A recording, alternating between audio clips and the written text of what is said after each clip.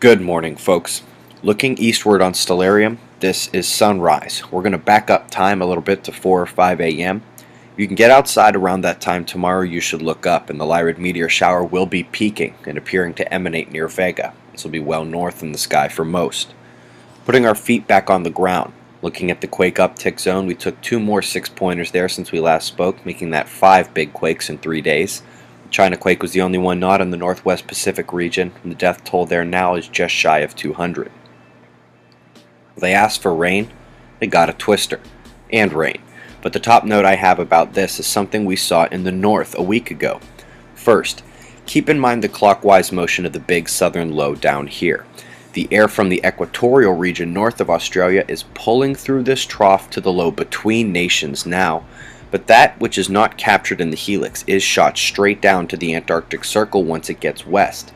Taking a look at that line, and just like we saw in the US about 10 days ago when tropical air had a pathway straight to the pole. In the UK, a fire at the Hartlepool nuke plant, allegedly of no danger. Meanwhile, south of that is quite the weather mix, with parts of the Mediterranean in severe watch threat, while heat factors in Portugal and cold and snow are the story in parts of Germany. Up north, the big high pressure spins clockwise and outward, and this little low up north is the lowest point and strongest driver of the wind. Apart from that outward spin of the high pressure, you can see parts of Canada are going to get warmer today, while just west of that they take an Arctic chill where they indeed have winter weather advisories, some frost and freeze warnings east of the northward flow as well. Shifting to space weather, where 10 days of gamma drought became 4 in less than 3 days, with the last 2 just 5 hours apart from celestial north and Ursa Major. Panel 2 on both the neutron and muon network shows rising cosmic ray density, but nothing major yet. Solar wind finally getting its act back together, even if slowly. It finally kicked that resonance to the curb as well as the speed crept higher. Flaring, still very low, but is rising gradually with the complexity of Earth-facing sunspots on the move. Continuing yesterday's watching birth of an active region, this has grown fast and now spreads about 150,000 kilometers across the sun. We're looking for magnetic mixing, red and blue. Now the smaller integrated regions do not have developed umbras within, but to the left, that bigger interactive group has black umbra within the same orange penumbra, and this is our top flare candidate.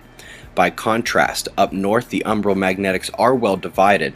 The only opposing color is surface variation on the periphery of the sunspot area. Earth footprint has jumped around a bit.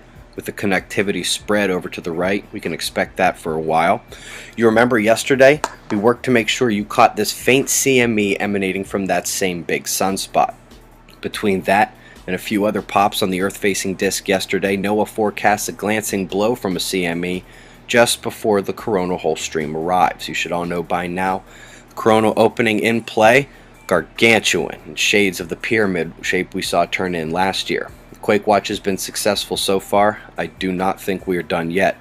We'll take some shots of our star to close. Eyes open. No fear, it's 6:20 a.m. Eastern Time, and that's the news. Be safe, everyone.